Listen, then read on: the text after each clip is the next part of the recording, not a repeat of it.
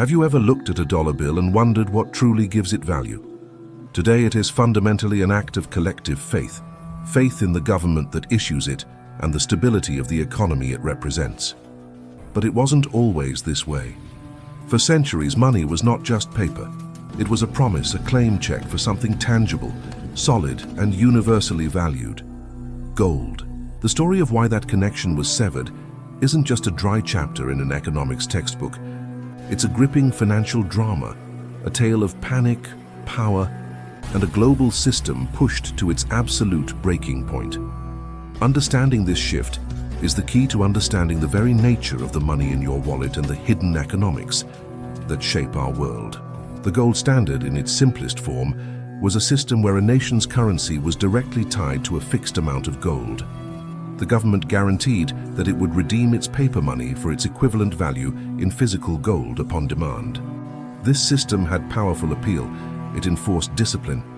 A government couldn't just print more money to pay its bills or finance a war unless it had the gold in its vaults to back it up. It was a rigid anchor, preventing runaway inflation and inspiring confidence. For decades, this system defined the American dollar and, by extension, the global economy. But that anchor would soon be seen not as a source of stability, but as a cage. The first major crack in this system in the United States appeared not from foreign pressure, but from a crisis at home, the Great Depression. In 1933, the American banking system was in a death spiral. People were terrified, and they were doing exactly what you'd expect. They were trading their paper dollars for gold, hoarding the physical metal. This run on the banks was draining the system of its foundation. President Franklin D. Roosevelt, in a move that remains controversial to this day, took drastic action. With Executive Order 6102, FDR effectively outlawed the private ownership of most gold. He forced citizens to sell their gold bullion, coins, and certificates to the Federal Reserve at a fixed price. It was a shocking seizure of private property, justified as a national emergency. The goal was to stop the hoarding, stabilize the banks, and give the Federal Reserve the flexibility it needed to pump money into the economy, something it couldn't do if it was tethered to its shrinking gold supply. While citizens could no longer hold gold, the dollar itself remained tied to it on the international stage, setting the scene for the next chapter. After the devastation of World War II, Allied leaders met at Bretton Woods, New Hampshire in 1944 to design a new global financial system. With Europe in ruins and the US emerging as the world's dominant economic and military power, the US dollar was crowned king.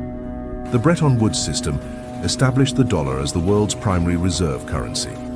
It was the only currency still convertible to gold at a fixed rate of $35 per ounce.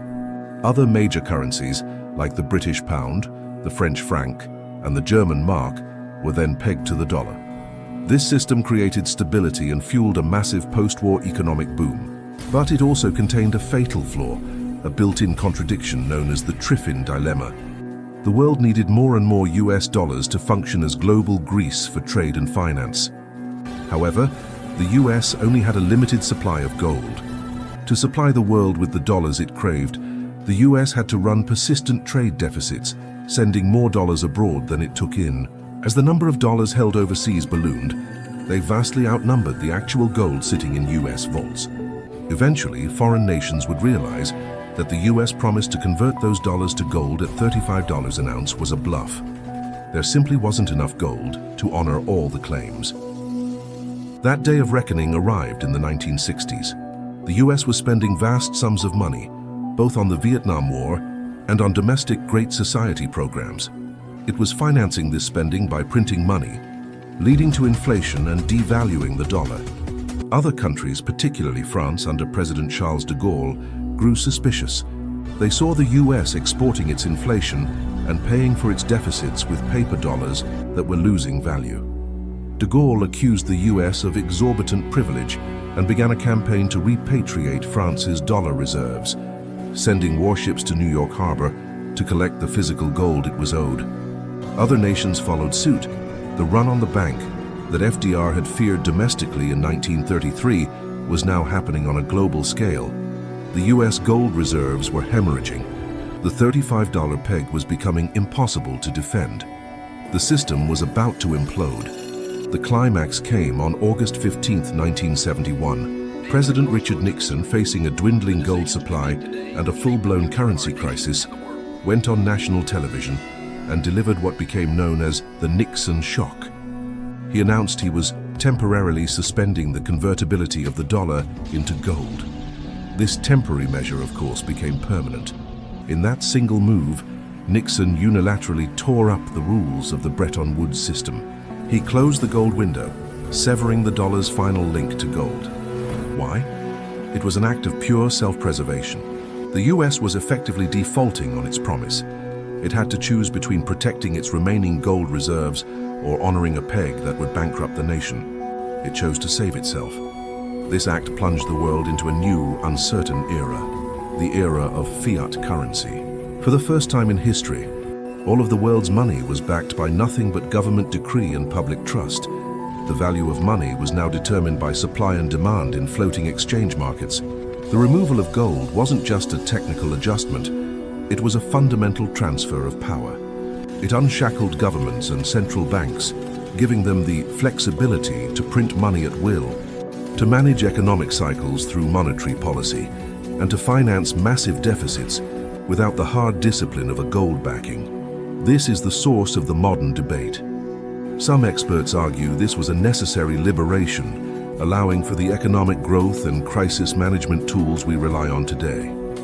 Others argue it was the origin of our slaves of debt system, creating a rigged game of permanent inflation, boom and bust cycles, and a hidden tax on savers as their money's value is constantly diluted. This complex history has profound implications for modern finance.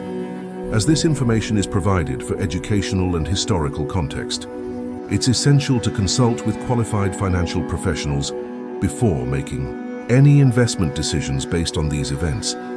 The truth is, the gold standard collapsed because it was too rigid and honest for a world of global trade, deficit spending, and complex financial engineering. Gold was removed from our money because the promises we were making with paper had long outgrown the physical metal we had in the vault. Subscribe to Arc of AI for more mind-blowing stories hidden in history.